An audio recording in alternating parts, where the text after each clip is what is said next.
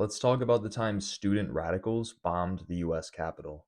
This occurred in 1971 and was carried out by a group known as the Weather Underground Organization. This was a Marxist paramilitary group formed in 1969 after a split in the national leadership of the Students for a Democratic Society, or SDS. The SDS was an organization of college students that became one of the largest anti war and New Left activist groups during the 1960s.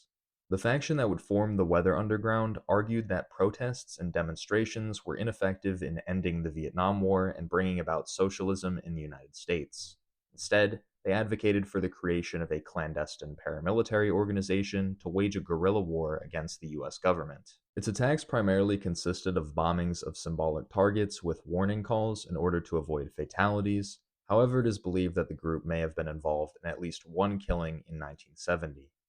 An accidental explosion that year that destroyed a bomb factory in New York City and killed 3 militants led to the group permanently eschewing violence against people. Part of the purpose of their attacks was to force the United States to end its intervention in the Vietnam War. In early 1971, the US and South Vietnam launched an incursion into Laos to attack communist forces. The Weather Underground saw this as an escalation of US aggression in the region and were determined to strike back. Their target was the US Capitol building. On March 1st, 1971, Weather Underground militants entered the Capitol, which at the time had very lax security. One of them was carrying a bomb, which they left in the first floor men's room near the Senate wing.